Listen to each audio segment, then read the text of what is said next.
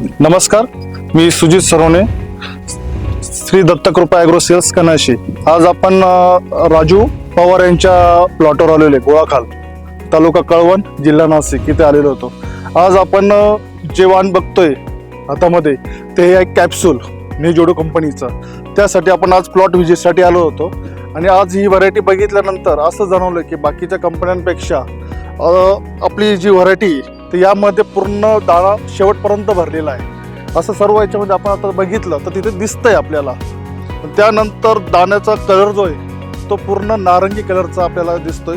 आणि त्यानंतर आपण जर याचं एक ॲनालिसिस जर करून पाहिलं एक साध्या पद्धतीने तर आपण हा जो आहे तो कॅप्सूल पद्धतीचा दिसतो. आणि त्यामध्ये जे पेअर्स आहे हे आपल्याला 18 भेटत आहे. म्हणजे यामध्ये दाण्याची क्वांटिटी 100% चांगल्या प्रकारची दिसते. आणि त्यानंतर तुम्ही जर हा विचार केला तर जे हे त्याचं आपण बिट्टी म्हणतो तर ही बिट्टी जी आहे ती खूप छोटी आहे.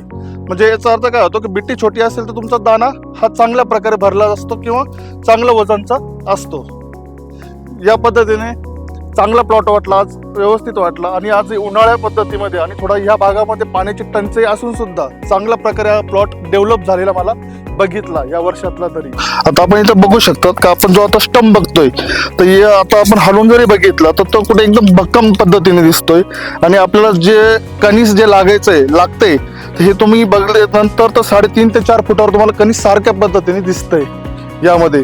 आणि स्टंप बी एकदम असा चांगला आहे का ज्यावेळेस पावसाळा वगैरे असेल आणि पावसामध्ये काय होतं का जास्त हवा असते तर त्यामध्ये हा स्टंप पडू शकत नाही. म्हणजे त्याची जी पकड आहे, पंजाची पकड जी आहे ती एकदम अतिशय चांगल्या पद्धतीची.